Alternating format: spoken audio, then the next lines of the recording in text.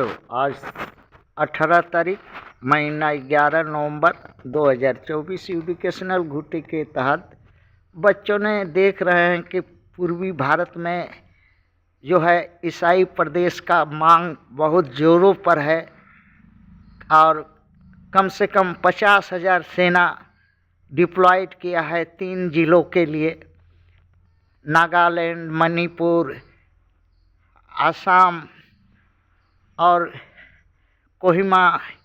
ये सब जो है में भेजा है और जहाँ आदमी को देख रहा है वहाँ का कुकी आदिवासी को, फिर मैती को गोली से मार दे रहा है। हाहाकार मचा हुआ है। तो इसी तरह से खालिस्तान मांगने वालों को गोली से मार दे रहा है, शबरिस्तान मांगने वालों को गोली से मार दे रहा है, विदर्भ मांगने वालों को गोली से मार दे रहा है, द्रविड़ प्रदेश मांगने वालों को गोली से मार दे रहा है, स्वराष्ट्र मांगने वालों को गोली से मार दे रहा है और भील प्रदेश मांगने वालों को गोली से मार दे रहा है।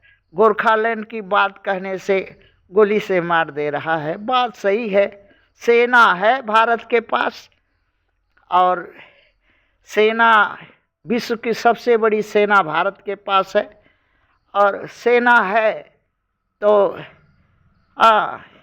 हथियार है सेना के पास, और बम है, बारूद है, तोप है, टैंक है। कश्मीर में जो है कश्मीर के लोगों पर जो है टैंक चढ़ा दे रहा है, छाती पर टैंक दौड़ा दे रहा है।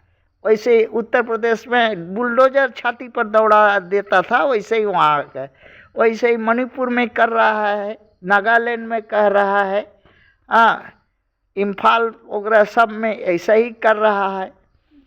देखने मिल रहा है समाचार वगैरह में बच्चों का। इसी पर बच्चों आपस में ही कुछ मन की बात रखी।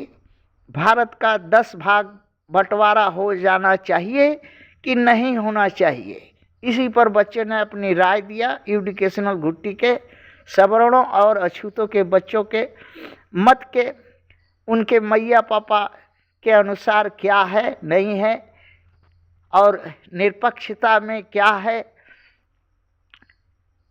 सवर्णों के बच्चों के मैया पापा ने कहा कि नहीं होना चाहिए। क्यों नहीं होना चाहिए? क्यों नहीं होना चाहिए? क्योंकि यहाँ एक नियम, एक कानून, जैसे बिजनेस का एक ही जो बिजनेस 1-2 आदमी पूरा देश चलाएगा, एक ही डंडा से घुमाएगा, एक ही खानदान, एक ही जाति वर्ग 4 गो है, एक ब्राह्मण, क्षत्रिय, वैश्य और ओबीसी का लोग ही सत्ता सरकार चलाएगा। जिससे क्या होता है कि एक परमानेंट विकास होता है और जो है भारत स्थिर है। यहाँ कोई गृह युद्ध व तोड़ फोड़ या अलगाव का कोई सोच नहीं सकता। बात भी सही है। अछूतों के बच्चों के मैया पापा ने कहा कि बात भी सही है। क्योंकि सदियों से मनुवादी सत्ता सरकार में है और एक मनुवादी कांग्रेस जाता है तो दूसरा मनुवादी बीजेपी चला आता है सत्ता में और अछूतों का कोई विकास नहीं होता, ना कोई कुछ होता, ना अछूतों को कोई हक पद मिलता। और जबकि अछूत इस देश का मूल निवासी है, ब्राह्मण, क्षत्रिय, वैश्य जो है बाहर से विदेशी है, प्रथम विदेशी है, जो अपने लोगों के लिए खाली भारत में व्यवस्था करता है। होना ही चाहिए।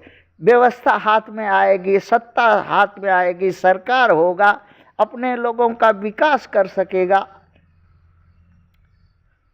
क्योंकि अछूतों पर निरपेक्ष विचार में, क्योंकि अछूतों पर सदियों से अन्याय, हकमारी, पदमारी, अवसरमारी, हाँ, गुलाम बना के रखा गया है। ऐसा होना उचित है, ताकि अपने अपने अंश का, सभी अपने अपने जाति धर्म का विकास कर सके, रह सके शांति से, लात न खाए। दूसरा पॉइंट है सवर्णों के मैया पापा का कि पाकिस्तान को देखो, पीछे है आज भारत से। उनका कहना है, सवर्णों के मैया पापा कह रहे हैं कि पाकिस्तान को देखो, भारत से पीछे है। पाकिस्तान में भी उच्च कुलीन मुसलमान हैं, सैयद, शेख, पठान, हाँ, इस तरह के हैं जो 10% है, अमीर हैं। जैसे भारत में 10% ब्राह्मण, क्षत्रिय, उच्च वैश्य और अहीर सब उच्च कुलीन, हाँ, अमीर है। हाँ, 90% जो है सर संपत्ति इन्हीं के पास है, वैसे वहाँ भी है। और बाकी लोग 90% गरीब है। वहाँ गरीब मुसलमान है, जिसको देख करके लोग कहता है कि पाकिस्तान का विकास नहीं है। पाकिस्तान और भारत के 10% ये जो उच्च कुलीन मुसलमान और उच्च कुलीन ब्राह्मण, क्षत्रिय, वैश्य को अगर देखो तो विदेशों में पैसा रखने का जगह नहीं है इनके। इतना पैसा कि अगर इनका दोनों जगह का अगर पैसा पाकिस्तान के उच्च कुलीन मुसलमानों को पैसा अगर इकट्ठा करके पाकिस्तान में ला दिया जाए तो पाकिस्तान 10 साल तक टंगरी हिला के खाएगा। और वैसे हिंदुस्तान में इन सवर्णों का पैसा अगर विदेश से अगर कोई ला देता तो 10 साल भारत जो है बैठ के खाता। भारत पाकिस्तान का 10% उच्च कुलीन और उच्च कुलीन मुसलमान है, जिसके पास ज़मीन है, नौकरी है, कल कारखाना है, 1000 किस्म का बिजनेस है। यहाँ तक कि गौकशी करना, जुआ, शराब, रंडीबाजी का धंधा करना, चोरी डकैती करना, हाँ, ये सब सवर्णों का काम आजकल हो गया है। हाँ, देखा जा रहा है। तीसरा, ब्राह्मण, क्षत्रिय, वैश्य सारे ओबीसी जो है मिल के शांति से रहते हैं। कोई ब्राह्मण में झगड़ा नहीं होता, कोई क्षत्रिय में झगड़ा नहीं होता, कोई वैश्य में झगड़ा नहीं होता, कोई अहीर में, हाँ, गाण मरगुअर नहीं होता। तो बात भी सही है। अछूत के मैया पापा बोले कि हाँ, बात भी सही है। ये प्रथम विदेशी मनुवादी, मनुवादी है तो चालाक है।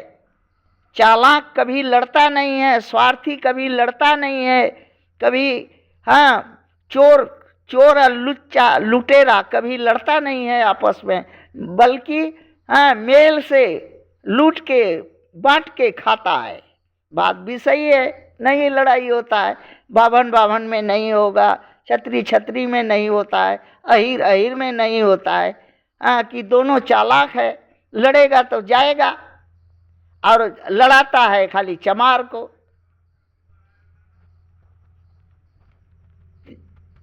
ठीक बात है, चालाक, चोर, स्वार्थी, अन्यायी, पापी, अधर्मी, कामी कभी आपस में नहीं लड़ता। चौथा पॉइंट है, हर भारत का 10 भाग होना चाहिए। से अगर होगा तो चमार खैले बिना मरेगा, क्योंकि रोजगार नहीं देगा, अपने खेत में काम करने नहीं देंगे, और इसके बाद कल कारखाना में काम नहीं करने देंगे, और जो भी अरब जूठा काठा खाने मिलता था वो भी नहीं चमार लोग को मिलेगा। सवर्णों का कहना है, हाँ ठीक है, शैतान जितना भी शैतानी करेगा, माटी खा के केचुआ की तरह जिएगा चमार, बाकी बंटवारा होना चाहिए। दूसरे देश में प्रथम विदेशी मनुवादी के पास ब्राह्मण, क्षत्रिय, वैश्य और अहीरों के पास जाने पैसा है, जाकर के जर जमीन खरीद लेंगे, कल कारखाना लगा लेंगे, और चमार लड़वई चूसते रह जाएगा। बात भी सही है, पैसा तो गंजले हो विदेश में है। सुअर 4 ठो जाति है, ब्राह्मण, क्षत्रिय, वैश्य और अहीर।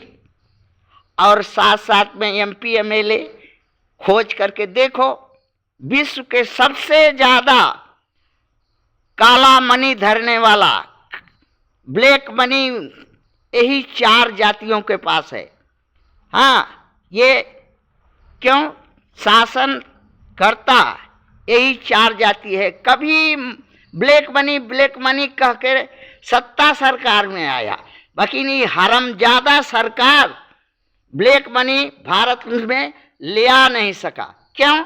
कोई पूछता है? क्यों नहीं पूछता? थैंक्स।